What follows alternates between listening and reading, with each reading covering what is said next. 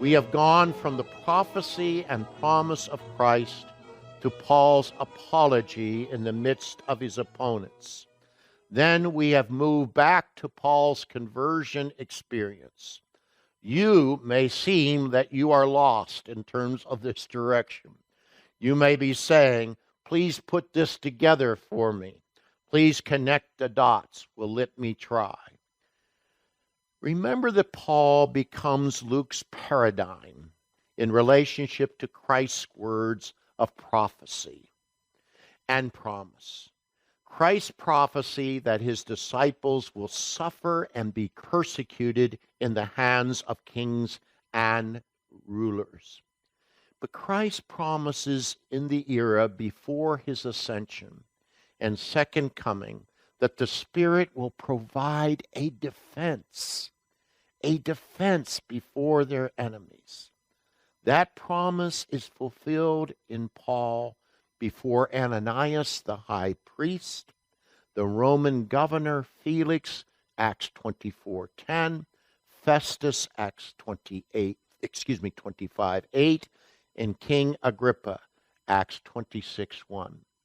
But what is the defense that Christ, in his Spirit, supplies Paul in the midst of persecution and suffering? It may seem like a simple personal testimony, like we hear in an evangelical church, but it is much richer than that. Paul's apology, Paul's defense, Paul's testimony. Please focus on this. Paul's conversion is rooted, is grounded in the fabric of the historical revelation of God as embodied in the gospel of Jesus Christ.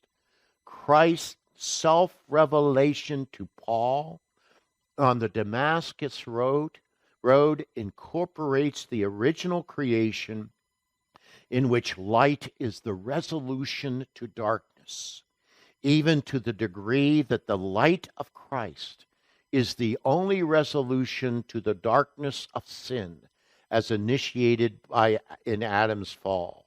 Furthermore, it incorporates the appearance of the Lord in covenant to the nations, pointing us back to the Abrahamic covenant, Genesis 17:5.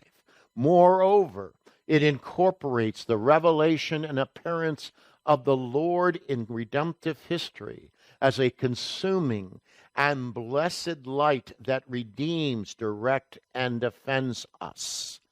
That is the full-orbed gospel that convicted and converted Paul on the road to Damascus. It is the gospel that he knew, that he declared before his persecutors. Is this not an incredible testimony of sovereign grace that Christ turned one from being the persecutor to the one being persecuted? And although Paul's conversion experience is unique, as it incorporates the fabric of God's historic revelation to him, nevertheless, there remains a promise from Christ to all in his church, in our suffering, in our persecution from the secular and non-Christian world. The Holy Spirit provides our defense. Although Paul's conversion is unique, the defense that the Holy Spirit will provide for all of us is outlined in Paul's conversion. It is the full-orbed gospel, which is grounded in the redemptive activity of God himself to save his people.